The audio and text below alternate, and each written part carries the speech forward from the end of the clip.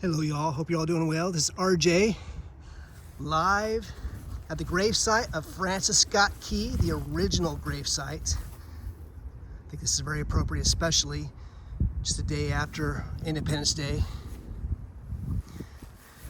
I'm here in Mount Olivet Cemetery here in Frederick, Maryland. Here in the background is Confederate Row. I'm gonna go walk over there in just a moment. And then I'll share with you in just a little bit the Confederate memorial that was over here, placed way back in the 1880s. Unfortunately, BLM Marxists toppled it, broke the statue, and thankfully there was a rededication of it just about a little over a year ago. I'm gonna go over to the section over here where there was about 400 Confederate soldiers buried in a mass grave, and along with the 300 that are buried in this Confederate row. Now it's worth mentioning this right here is the gravesite of where Francis Scott Key was buried in 1866. He actually died in 1843. He was originally buried over there in Baltimore, Maryland.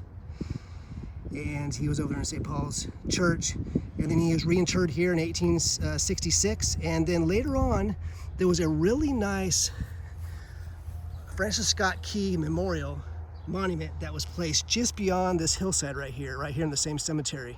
If you're ever around here, you got to go see that beautiful memorial to Francis Scott Key. That's just up here. So they reinterred him, I think it was right around the 1900s, late 1890s or so.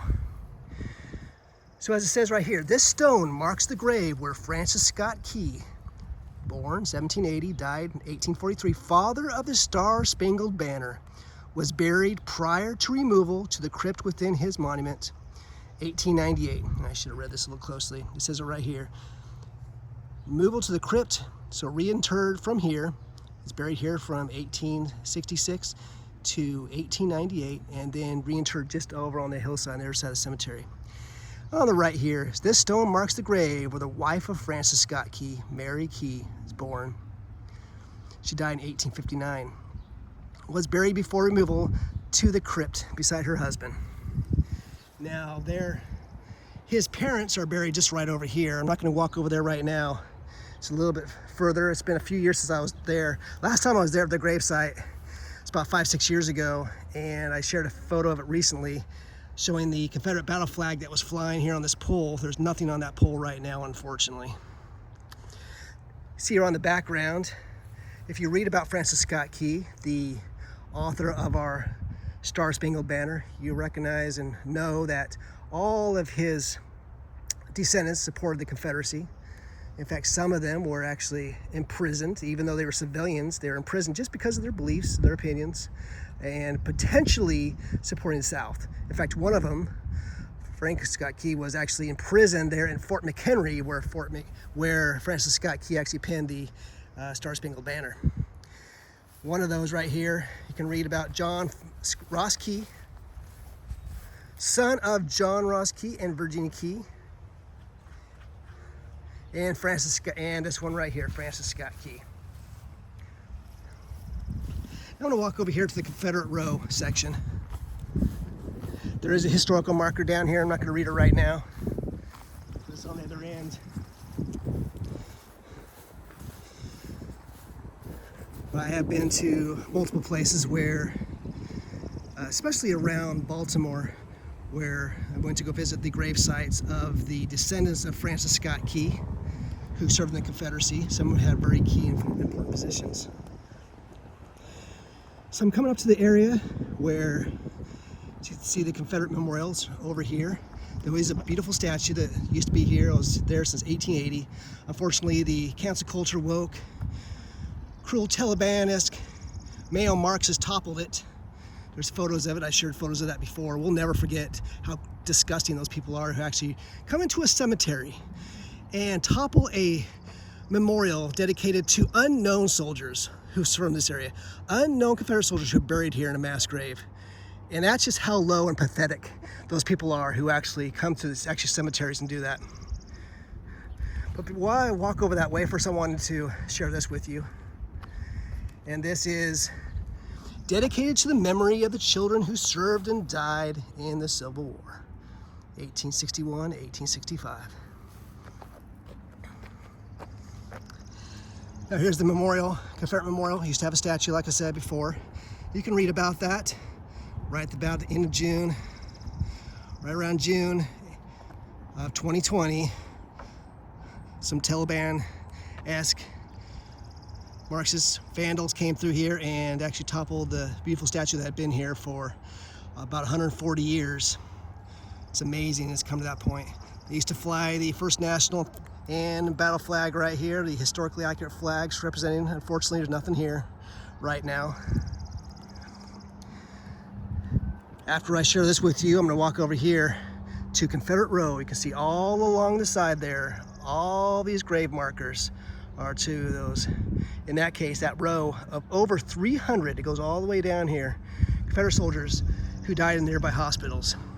But right here, there was over 400 buried in a mass grave right here. So I'll read this to you. To the unknown soldiers whose bodies rest here, we cannot inscribe their names upon tablets of stone, but we may hope to read them on a pure and an unchangeable record.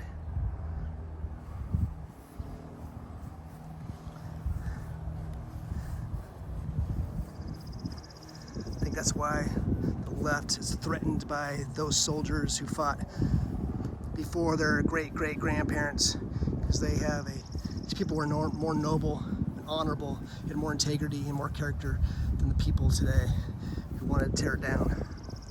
So this says right here, erected back in 1880 by the Lays Memorial Association of Frederick County in honor of the Confederate soldiers of the Confederate Army who fell in the battles of Antietam, Monocacy, and elsewhere, and are here buried.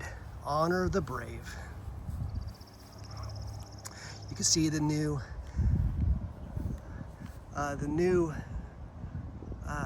topping memorial up here. So it features an angel that's just placed here and dedicated here roughly about, I guess about 2 years ago.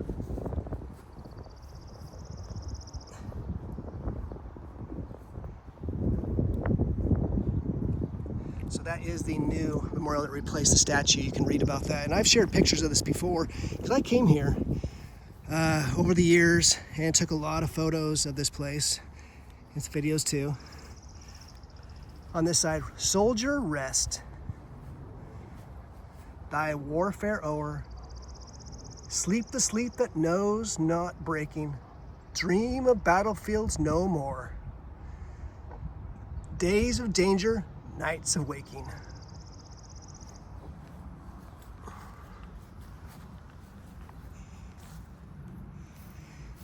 Then right here, their praises will be sung in some yet unmolded tongue, far on in summers that we shall not see.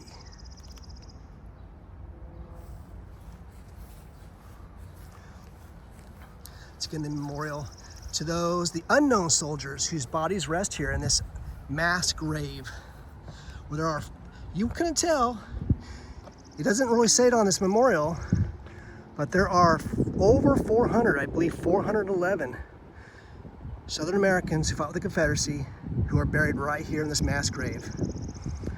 As I remember, the historical marker down below doesn't mention it. You have to kind of do your research. I appreciate the Lays Memorial Association, UDC, SCV, Worthy Rose, all those great Southern Independence organization, everybody who comes out and helps preserve, protect, maintain these hallowed grounds. Now I'm going to make a transition over to Confederate Row, where there are over 300 Southern Americans who fought the Confederacy that are buried here. These are the lucky ones who are known.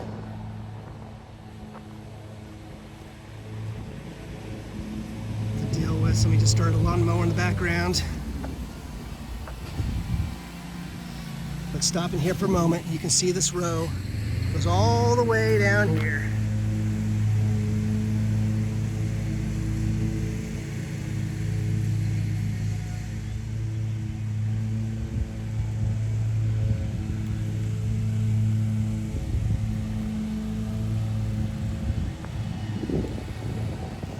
chance, maybe you have a relative, an ancestor, maybe you've done your genealogy. This is Confederate Row. Many of those buried here died from the local battles that took place around here. South Mountain, Battle of Sharpsburg.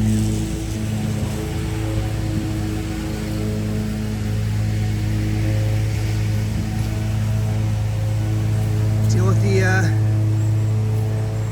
lawnmower, because these are all residential homes on the other side of this fence. This is right on the edge of Mount Olivet Cemetery here in Frederick, Maryland.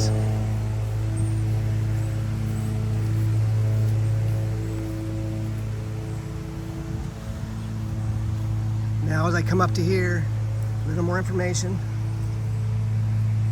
This stone marks the last resting place of 408 unknown Confederate soldiers who gave their lives in the Battle of Monocacy, July 9th, 1864. So those who fought in the Battle of Monocacy nearby, in fact it was just south of here, maybe only about maybe 7-8 miles from here, south of here, near Urbana. But also those who fought at South Mountain, also Battle of Sharpsburg. Now this is an infuriating place, and I'll tell you why. And that is because there used to be a tablet right here, and this tablet had the names of as many of those as possible, and it was located right here, and you can see where it was. All it was a tablet of soldiers' names, but unfortunately it was vandalized, targeted by the Mayo Marxist vandals out there, and removed. But thankfully it's in good hands. Thankfully the cemetery does have control over it, but they said when they placed it back here, it's vandalized again. But there are plans maybe put more security here, tougher laws. But you can see right where it was. It was attached right here.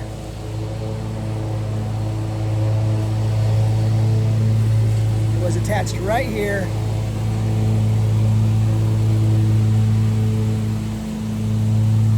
So isn't it incredible that even 5 years later, there's the plaque that was here is no more here. I got pictures of it. That's why I shared before and after photos, so it's not forgotten.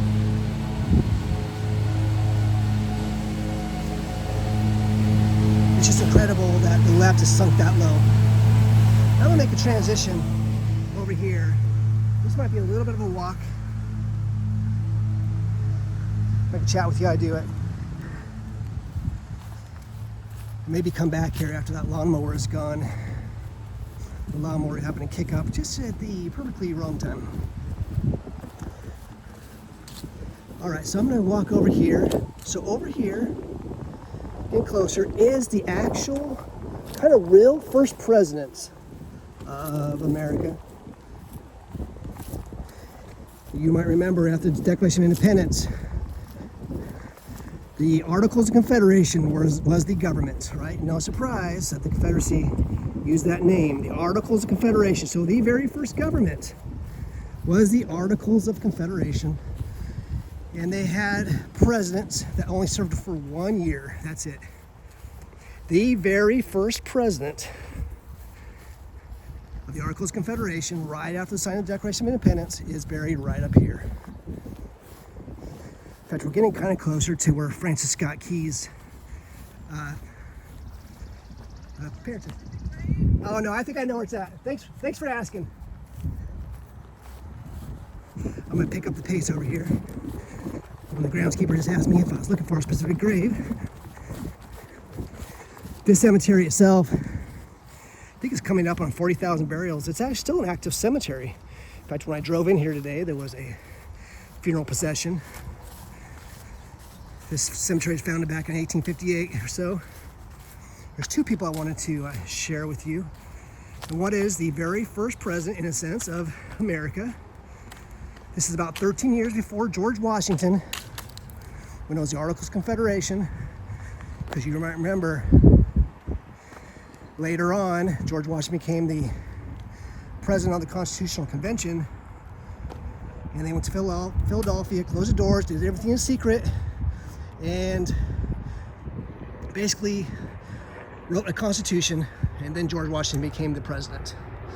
Well, this right here, President John Hansen was basically that first president. It's worth mentioning that one of the presidents immediately following him, just a couple years later, was Richard Henry Lee, who really was the first author of the Declaration of Independence. You can read about him in his resolution he placed on July 2nd, 1776. But right here, I'm just going to read this to you, because I think you'll find this fascinating. President John Hansen. It says, no presidential couple suffered more tragic fates than did Jane and John Hansen. And it says right here, President John Hansen.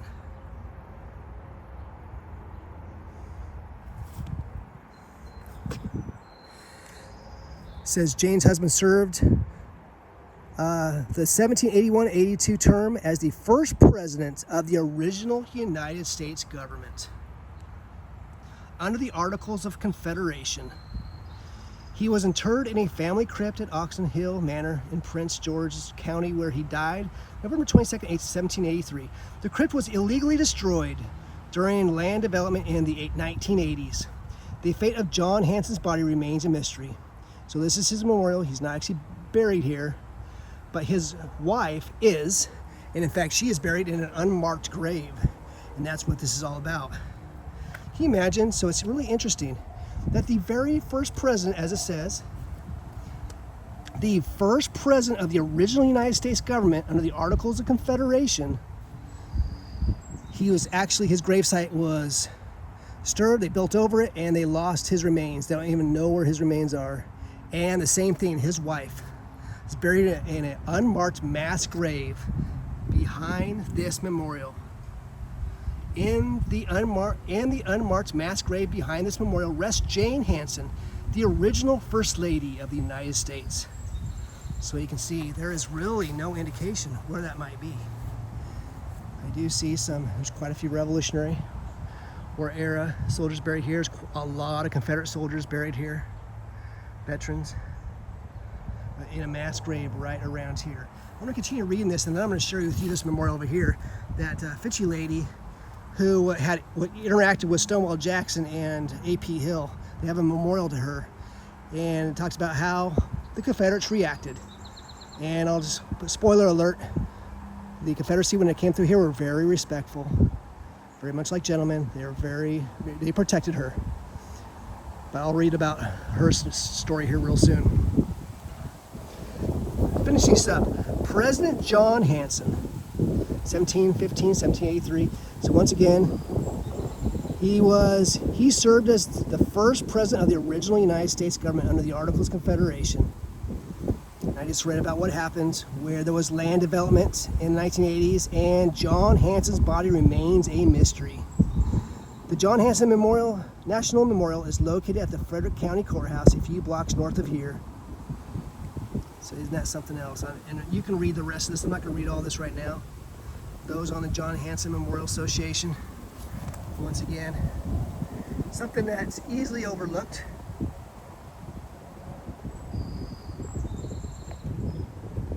If you're ever over here, it's worth mentioning that Supreme Court Justice Roger Taney grew up here in Frederick. There is a house of his. He's actually buried nearby in a cemetery just a couple miles from here. Supreme Court Roger Taney, of course, he's famous for that. They always love to bring up the Dred Scott decision. They boiled his entire 22 years of service as a Supreme Court justice down to one decision they don't like. It's amazing. And his bust is actually, the bust of Roger Taney is actually just out this way. They had moved it from the courthouse. I remember seeing it there before they moved it, and they brought it here.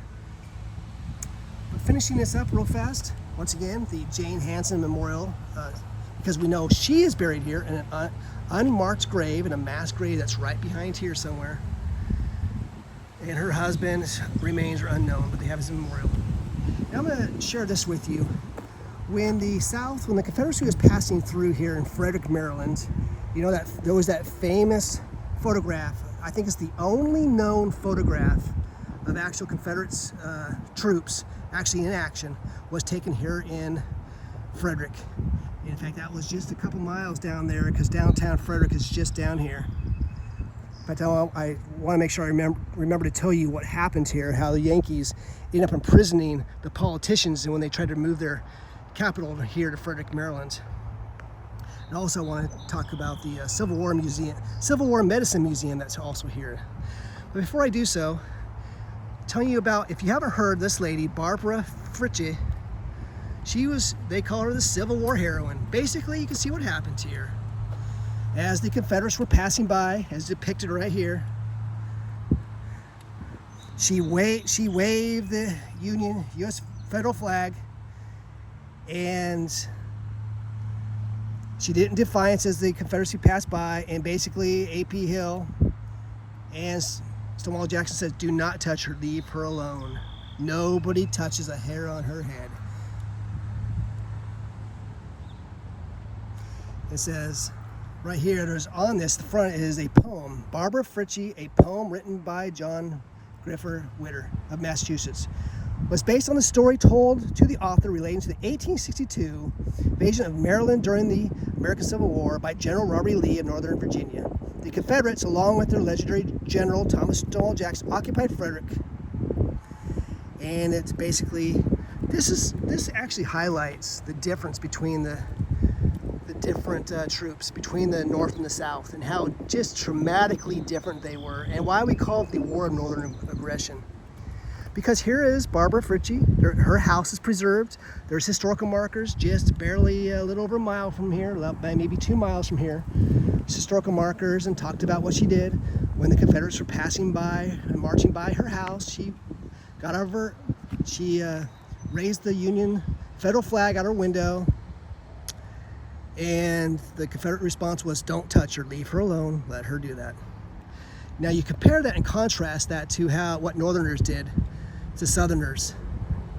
And if you did that, like what happened if Francis Scott Key's own grandson, he wasn't even a Confederate soldier, yet Union troops showed up at his door, questioned him, and threw him in the forts, the same exact fort, Fort McHenry, that Francis Scott Key actually, where the words from the national anthem were written out there in the bay, out in the harbor. But so many examples how if the Southerners did that, boy, Union troops would bust in their house, threaten them, terrorize them, steal what they wanted, destroy what they wanted. But when Northerners did that, they were told by those like General A.P. Hill, says, "Leave them alone."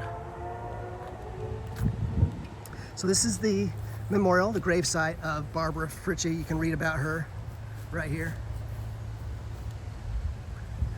Here is the poem.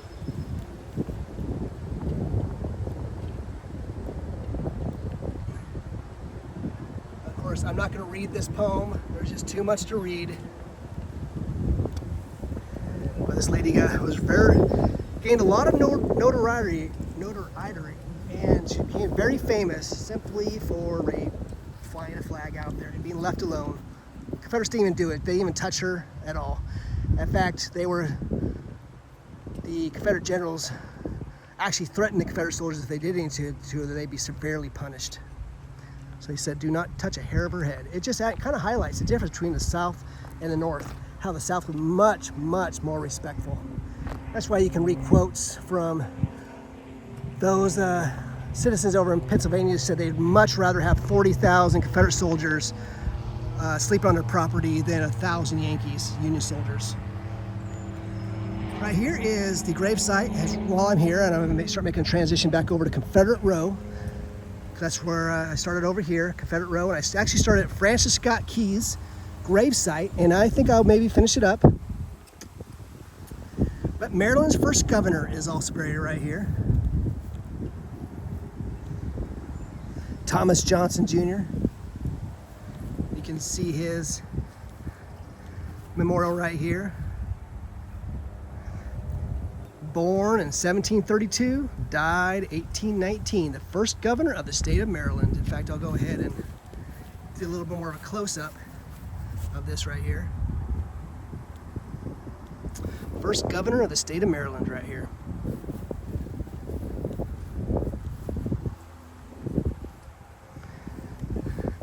I like how there's little markers right here like this. Thomas Johnson, first governor. Okay, I just shared with you the memorial to the first president of the United States, basically. It wasn't really United States, but it was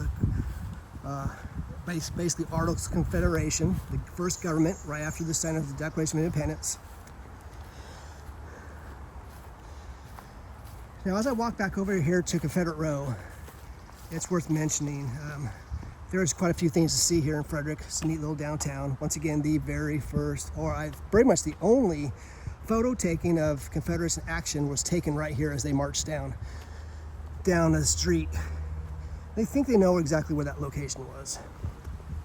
Also, if you're around here, it's worth seeing Roger Taney's Supreme Court Justice gravesite, and also the home that he lived in while he was here. It's no surprise that Lincoln threatened to imprison him. Can you imagine that happening again today? It's also another place worth seeing around here is the Civil War. It's called the Civil War Medical Museum. It's really nice. Although they have gone woke, in my opinion. I bought a lot of their early merchandise, and I bought a lot of their hats and their shirts, and it basically said the National Museum of Civil War Medicine, basically. And it included 2 authentic, historically accurate flags. The federal flag and the battle flag, all historically accurate, that were from around here. I'm glad I bought those because they decided to discontinue those merchandise in the gift shop, and so now you really don't find any reminders of the historical flags. I remember seeing a first national flag there at least, but it's like, you know, I told them last time, I asked them if they had any of the old original merchandise. I said I wear and their logo around all over the place that features the Confederate battle flag, and they told me absolutely not, and they'll never go back to it. So I'm really disappointed they did that. Now this place, Frederick, Maryland, it's worth mentioning also. Just about, I think maybe 30 minutes, a little over 30-minute drive south of Gettysburg. In fact, that's where I'm going right now. I'm on my way to Gettysburg because there's a reenactment today. It starts actually in a little over 2 hours, and I will try to share some videos with you of that. There was a reenactment yesterday, and there's a reenactment again tomorrow. This is the 162nd anniversary, right? Because Gettysburg finished up, it was July 3rd actually, 1863. Now I passed by here one last time. For those of you just joining me, I'm in Frederick, Maryland, here in Mount Olivet Cemetery.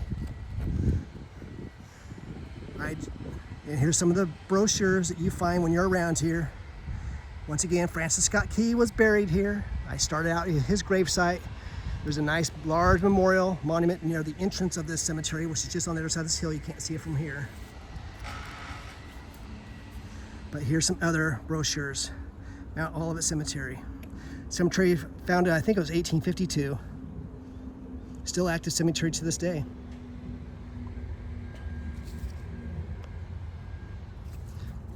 Now once again, I just shared with you, you can still see the remnants of what the Taliban, American Taliban leftists did, where they targeted this plaque dedicated to unknown soldiers. Can you believe it? That's how low they sink. I mean, that's how pathetic. That's who we're up against. They actually come to cemeteries. I mean, how low and pathetic can you be to come to cemeteries and attack memorials full of names of those who served and died before you were born, before your parents were born, before your grandparents were born, before your great-grandparents were born, before your great-great-grandparents were born, before, I mean, way back 160 years ago. They're buried in an mass grave. But this is where that plaque was. It was right here. There was a plaque. And like I said, I reminded you all that thankfully it's in good hands. The cemetery here does have it.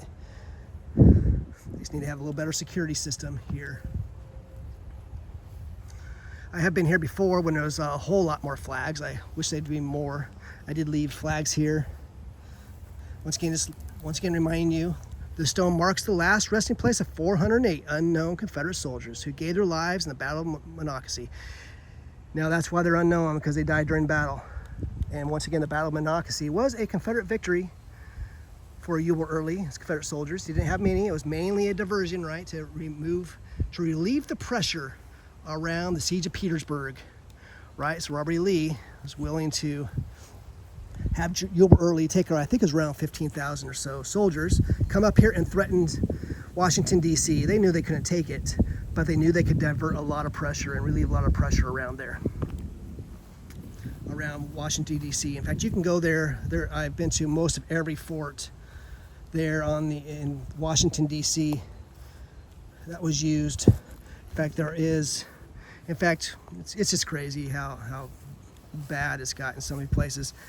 There were at least 17 Confederate soldiers. There was more than that, but there was a grave site of 17 Confederate soldiers that were buried there at a church there in Silver Springs, Maryland, just on the outskirts of Washington, just outside the Washington, D.C. line. And there was a memorial there, and once again, the Mayo Marxist leftist ended up attacking a grave marker in that cemetery, and incredibly, the church never put it back up because they were receiving threats, but they never placed it back. And what they did is they replaced the nice memorial with just a really standard generic memorial, just a ground level memorial monument. And all it says is just very generic. It just says 17 Civil War soldiers buried here. I mean, something as simple as that, just that basic.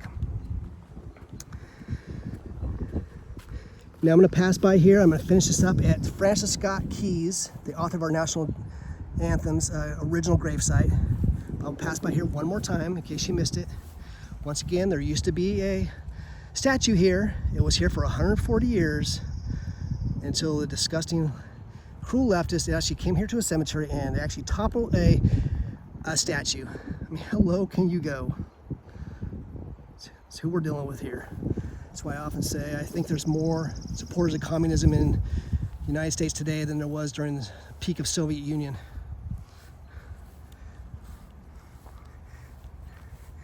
Once again, just leaving this with you, and then I'm going to walk over to Francis Scott Key's, erected in 1880 by the Ladies Memorial Association of Frederick County in honor of the Confederate soldiers of the Confederate Army who fell in the battles of Antietam, Monocacy, and elsewhere, and who are buried.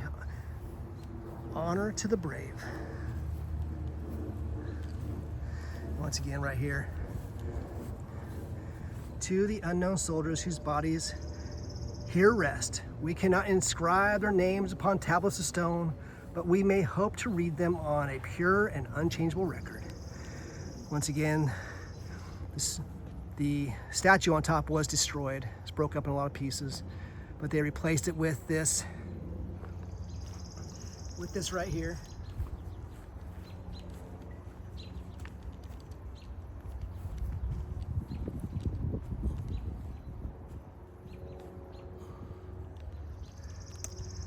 Sorry if you can't see that too well. When we start walking back over, that's what they replaced it with and was rededicated that just about, I think it was about 2 years ago or so now. Really wanted to attend that, but wasn't able to that day. Once again, passing by here, dedicated to the memory of the children who served and died in the Civil War.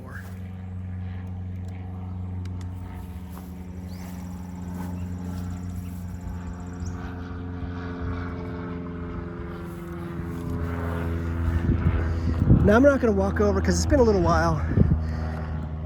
Last time I went to Francis Scott Key's. Francis Scott Key's parents are supposedly buried right over here. There's markers to them. Last time I was there, I took some nice photos. You can see the battle flag flying in the background. I just shared that on Dixie Forever not too long ago. They're over there. It might take me a little while to wander around, but I know they're just right over here. But regardless, I got to wrap this up because I want to go to Gettysburg and haven't had anything to eat yet today. It's a little warm, kind of sweating right now. Once again, just sharing with you, paying our respects together. Once again, the Confederate row. That's just right down here. All along that row, over 300 Confederate soldiers that are buried back there. I'm going to finish up once again where I started. I'm not going to walk over there to the Francis Scott Key Memorial. It's a little bit of a distance. And I'm in a bit of a time crunch because there's a reenactment going on in Gettysburg here in just a few hours, and I want to make sure I get up there. I'm missing some great programming right now.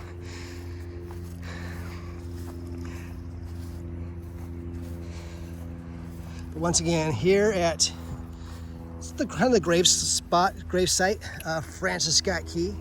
Here is one of his children here, Francis Scott Key. And here's John Ross, who is basically the grandson of Francis Scott Key. And here is the original, once again, the original gravesite. And once again it says, this stone marks the grave where this stone marks the grave where Francis Scott Key, born 1780, died, hang on a second. He died, he was father of the Star-Spangled Banner. He was buried prior to removal to the crypt within his monument on May 18th, 1898.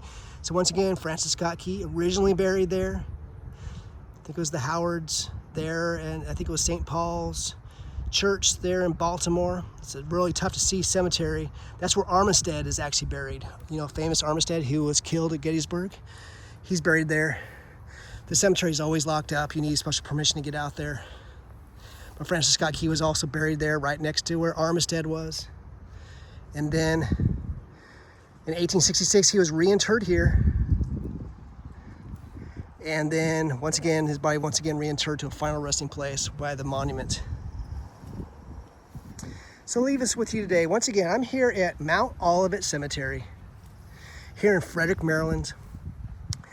It's maybe worth saying, one thing I meant to say is when Maryland was considering what to do when the war broke out and states like Virginia were seceding, Maryland wanted to consider that too, and so they moved their headquarters, they moved their state capital temporarily from out there in Annapolis, and they moved it here to Frederick. And they moved it to Kemp Hall. And there's markers there now, there's markers on the side of the building, but it speaks about how when Lincoln found out that the legislators and diplomats and others, the head and leadership of the state of Maryland were moving their headquarters to here in Frederick, guess what they did? They did pretty much what our founding fathers tried to warn about tyranny, and that is Lincoln ordered their arrest. He ordered the arrest of any potential politician who remotely would have considered secession. Can you imagine it happening again today? That's why throughout Maryland, you will find the Constitution was completely disregarded here. So they supposedly remained in the Union the entire time, but boy, if you didn't say just the right things in the newspapers, your newspaper likely get heavily edited, censored, destroyed, burned. You see that all through this area. If you didn't vote the right way in 1864, boy, they're looking out over your shoulder as you voted. And they're asking you how you're going to vote. If you had any potential Southern sympathies, there's a good chance military might show up in your house, and Lincoln's troops bust in your house, maybe pull you out of your bed, throw you on the back of a wagon, and ship you off to some distant prison. Just like what happened to Francis Scott Key, his own grandson. In that case, threw him there in Fort McHenry. Can you imagine that happening again today? That's why we call Lincoln, that's why Lincoln is often called the most unconstitutional president in America's history. That's why people like Brian McClanahan, I'm a big fan of Brian McClanahan. That's why he listed him as one of the nine worst presidents in U.S. history. That's why Lincoln, threatened to arrest Roger Taney, for example, the Supreme Court justice whose home was right here in Maryland. And I can continue on. I don't want to go into the Baltimore riots or anything else, but I want to finish this up with you today because I'm going to get on the road and get over to Gettysburg. So glad to be able to share this with you today, y'all. From, once again, Mount Olivet Cemetery here in Frederick, Maryland. You got to stop the gravesite of Francis Scott Key, Confederate row off in the background. There's 700 Confederate soldiers and many, many others, well over 1,000 that are buried here.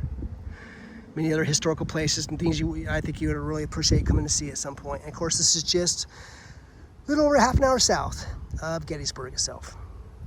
So take care, y'all, wherever you might be. May God bless you. May God bless and save America. May God bless and save the South.